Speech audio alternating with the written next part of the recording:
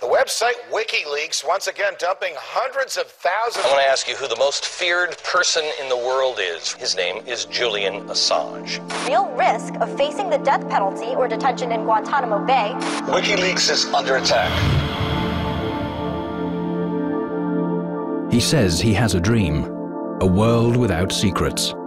The first step in the fourth estate is to get information out about the real world. Today, anyone can find out what information the government, the military and bankers have kept under lock and key.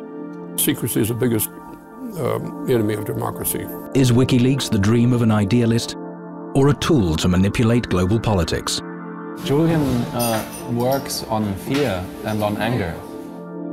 What motivates Julian Assange? Does he want to change the world, or is he just seeking fame? Does he act on his own, or is someone else behind WikiLeaks? And will its whistleblowing revelations change the world forever?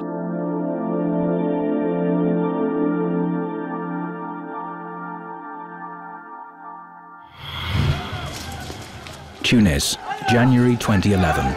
A city with millions of residents descends into chaos.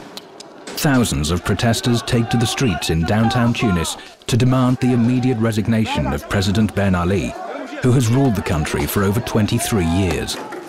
After several days of tensions resulting in bloodshed, Ben Ali had to flee the capital on January the 15th.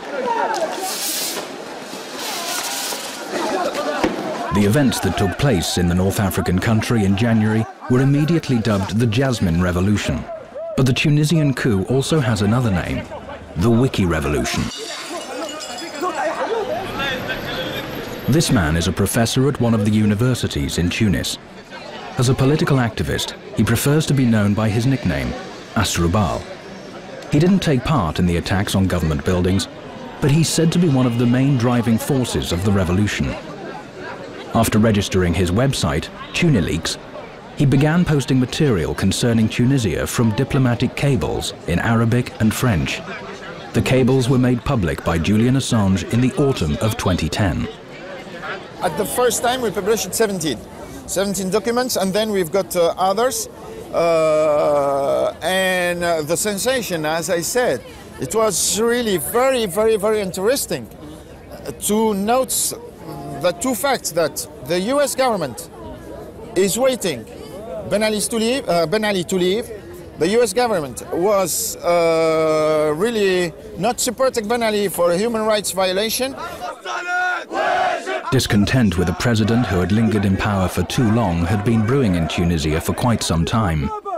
Public anger erupted after student Mohamed Bouazizi set himself on fire, and Asdrubal published stories of runaway corruption eroding the top echelon of the Tunisian government. After when WikiLeaks came and Mohamed Bouazizi did what he did, I think Tunisia was major to start the change.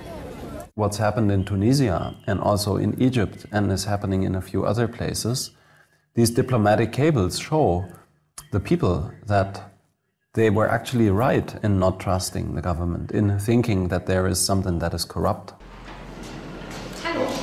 Daniel Domstein-Berg shuns the public spotlight. He's keen to stay in the shade, although in actual fact he's just as much a godfather of the WikiLeaks project as Julian Assange is. Yes, my name is Daniel Schmidt, this is Julian Assange. We're here to make a short presentation about the WikiLeaks project. What have we done? Daniel Domstein-Berg could be described as co-creator of the internet's most scandalous website. Together, he and Assange took the idea of creating a site where any person can safely post secret information anonymously and made it a reality. I heard about WikiLeaks in September 2007, and in November 2007 I first got in touch with Julian. He was already working on WikiLeaks at that point in time, so I asked if they needed any help and started working on a couple of topics. John Young registered the wikileaks.org domain name in late December 2006, although Young had already created something similar to WikiLeaks several years before. Previously, he used the cryptome.org site for publishing classified material. Secrecy is the biggest enemy of democracy. And it's way overdone. And so threats to democracy are coming from the inside, from the secret keepers, and that they need to be exposed. During the first few years of WikiLeaks, the resource was treated as a project created by internet fringes. WikiLeaks lives off donations, but they were inconsistent at the time. Then for about 2 years, or 1.5 years, we tried to build up WikiLeaks as a project. We published a lot of documents.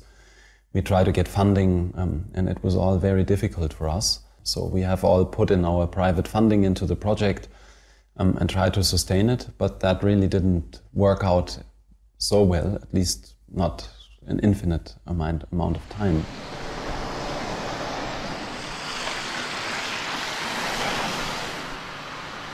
This is nuclear shelter built during the Second World War and then modernized during the Cold War. So we have reconstructed it to a data center. So welcome in here and I will show you the facility. This bunker in Stockholm was built to protect Swedish army personnel from a nuclear attack.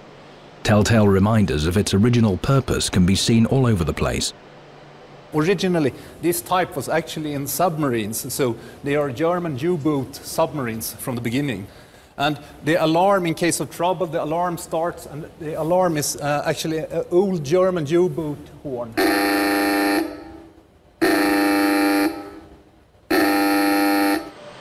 Today, behind these thick walls and heavy doors, there are servers carrying thousands of websites. Some of them store WikiLeaks data. This is the cabinet, and if you film down here, you see these two are the WikiLeaks servers. Swedish laws provide better protection against attacks on WikiLeaks than the bunker's walls or its security system. They have only 2 rules. They have 2 rules for becoming a client. 1, you must pay your bills. 2nd, it must be legal. And the WikiLeaks material is legal, therefore we have no problem in hosting it. Assange and his team had to be very careful about the security of their servers after this video was posted on their site. Traffic 260. Come on, fire!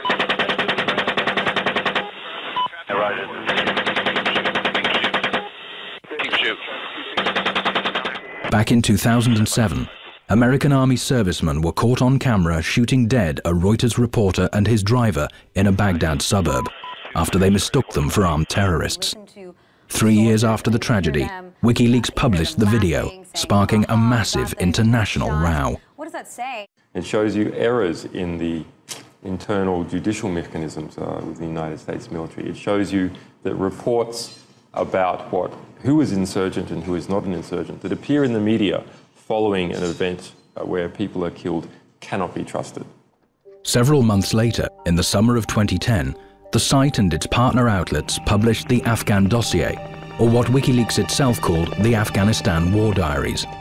They contained 80,000 on-the-spot reports about the course of the campaign. Assange said they had received the classified information from a man employed at the US Department of Defense. It covers a 6-year period of war, 92,000 reports, and almost every incident, serious incident that the US military was involved in, together with the times and locations, number of people killed. As soon as the Afghan dossier was made public, Assange and his team soared to instant fame, but scathing criticism soon followed. The most common accusation was that the names of Afghans collaborating with Allied troops and details concerning American agents had not been redacted from the reports. The Taliban were quick to pledge to kill all those who had helped the US Army.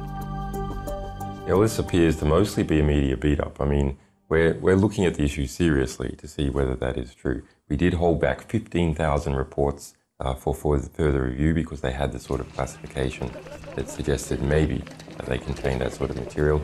We approached the White House to ask them for assistance in reviewing material before we published. The White House did not accept that request.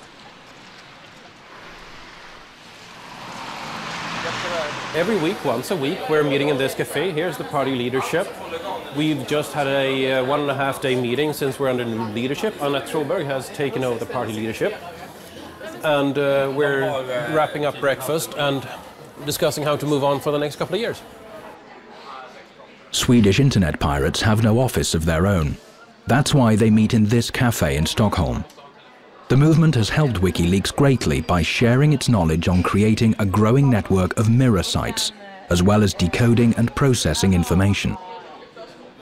When we stepped in to support WikiLeaks in August of last year, they were not as known as they are now.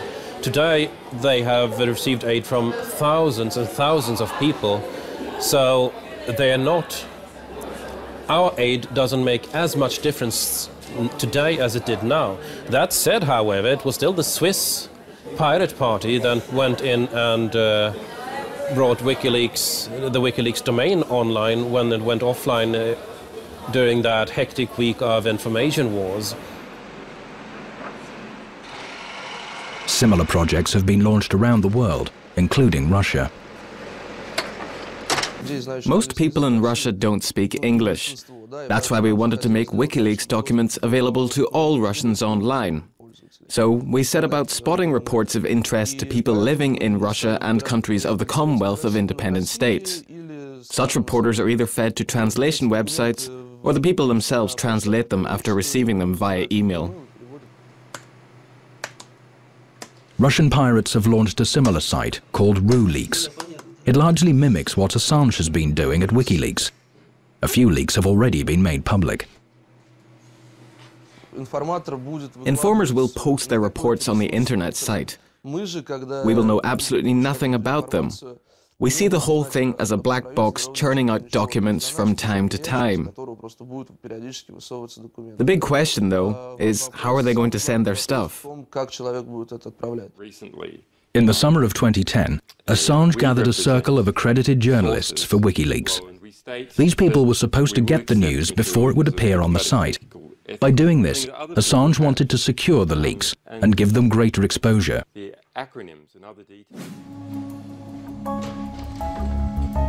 The first Russian publication to disclose WikiLeaks data was the magazine Russian Reporter. At the same time, other magazines and newspapers had also received such invitations, but decided against getting involved in WikiLeaks' risky business. Clearly, the newspapers were running a triple risk. First, they may have suspected that they might get involved in somebody's gamble, considering that the material had not been properly assessed. Second, they may have had their doubts about how that would affect relations with the US Embassy. And third, they may have been worried by the uncertain prospect of relations with the Russian leadership. Material which chiefly concerned Russia was published by Russian journalists in parallel with the site. The first week saw a record number of visitors. People were hungry for a sensational scoop. Frankly, when we saw the first set of documents sent in response to our request, we didn't know how we should go about them. At first glance, many of them were unlikely to arouse interest. You have to read them very carefully to find something anywhere near a scoop. I think some in our audience had been looking forward to wild stories about UFOs or people devouring children. When they found nothing of the kind, they simply turned away from us. After the publication of the Afghan dossier, WikiLeaks' website and its founder Assange had become the world's main newsmakers. The Australian spent most of his spare time traveling, giving interviews, and taking part in different seminars. With those words, Julian, again, most welcome to Stockholm, and the floor is yours. Thank you, Julian. It's unlikely that Julian Assange, speaking before the journalists at this seminar in Stockholm, could have foreseen that in a few months he would be in jail. Nor would he have imagined that his close companions would desert him, or that this visit to the Swedish capital would lead to his downfall. First, tree removal called clear cutting. Second, explosives are used to blast away the earthen material. Third, the remains are removed by machinery. Finally, the unwanted soil is deposited in valley fields.